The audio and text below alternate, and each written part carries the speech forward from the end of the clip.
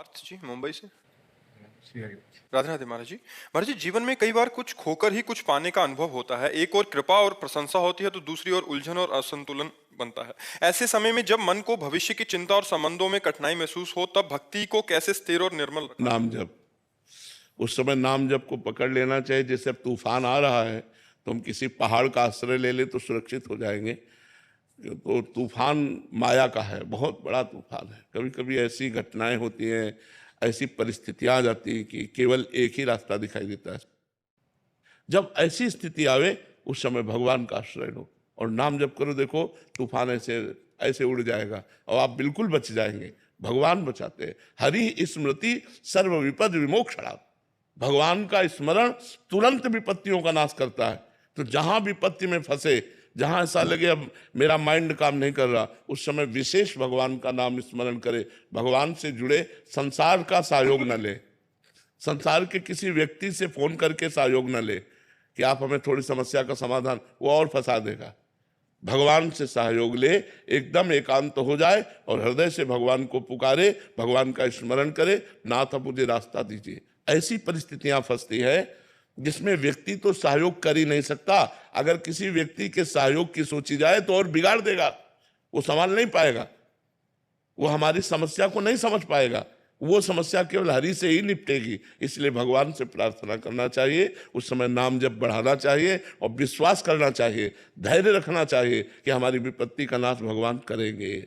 हरि स्मृति सर्व विपद विमोक्षणात्। ये हम तुम्हें बिल्कुल पक्की बात कह रहे हैं। भगवान के सिवा कोई नहीं, सब असमर्थ नजर आते हैं। ये हमको हमारा शोषण कर सकता, पोषण नहीं कर सकता। इसलिए एक ही केवल सहयोगी होते हैं, भगवान, और हम उनका आश्रय लें और उनको भजें। उस समय तभी हमारा मंगल होगा। महाराज जी, अगर फिर भी विपत्ति दूर नहीं हो रही तो वो भी उसी उसी को करते रहो। समय लग जाएगा, हो जाएगा, विश्वास करो। समय लग सकता है लेकिन वो कार्य हो जाएगा। वो आप उससे बच जाएंगे, उस तूफान से आप बच जाएंगे। आप उसी को पकड़े रहिए। महाराज जी, कभी कभी वो विपत्ति तो दूर नहीं होती बट आगे चल के मंगल हो जाता है, ये भी होता है। हाँ बिल्कुल होता है। बिल्कुल, तभी कह रहे हैं कि आप निकल जाओगे, आप उस विपत्ति से निकल जाओगे। आपको आप कुछ बिगाड़ नहीं पाएगी, समस्या आएगी, समाधान मिल जाएगा। और पकड़े रहो, नाम न छोड़ना। जैसे तूफान आ गया, हमने किसी पहाड़ का आश्रय ले लिया तो हम बच गए। ऐसे भगवान का आश्रय ले ले तो भगवान का आश्रय ही समस्त विपत्तियों से बचा लेता है। भगवान ही है जो बचा सकते हैं। यद्यपि अलग अलग विभागों की अलग अलग विपत्तियां, जैसे एक विद्यार्थी है महाराज जी, वो किसी एग्जाम की तैयारी कर रहा है तो 3-4 बार में फेल हो गया। घर से मतलब विपत्ति आ रही है, मानसिक विपत्ति आ रही है, परीक्षा में पास हो नहीं पा रहा। तो अगर वो पास नहीं होता तो ये विपत्ति का समाधान तो नहीं हुआ बट आगे चल के उसको कहीं अन्यत्र और अच्छा नहीं। अगर वो एक बार फेल हुआ और वो विचार करे कि मैं फेल क्यों हुआ हूं, एक चैप्टर है वो आपको पढ़ाया गया है और उसी पढ़ाए गए चैप्टर से प्रश्न हुआ है, तो आप कोई नशा करते हो, आप कोई गंदी बात करते हो, आप अपने चिंतन को कहीं बांट रहे हो, आप हटाइए और अपने चिंतन को एकाग्रता पूर्वक लगाइए और भगवान का नाम जप कीजिए। और ना पास हो जाए तो आप हमें बताओ।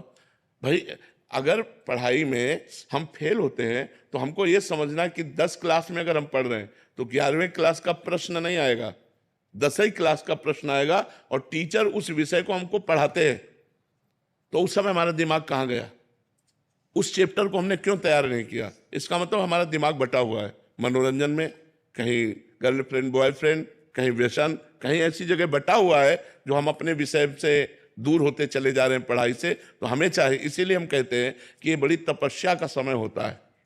जो विद्याध्ययन समय है, विद्यार्थी का एक तपस्वी जीवन होता है। अगर वो अपनी एकाग्रता को नहीं समेट रहा है और वो इधर उधर फैला रहा मनोरंजन में, तो फेल तो हो ही जाएगा।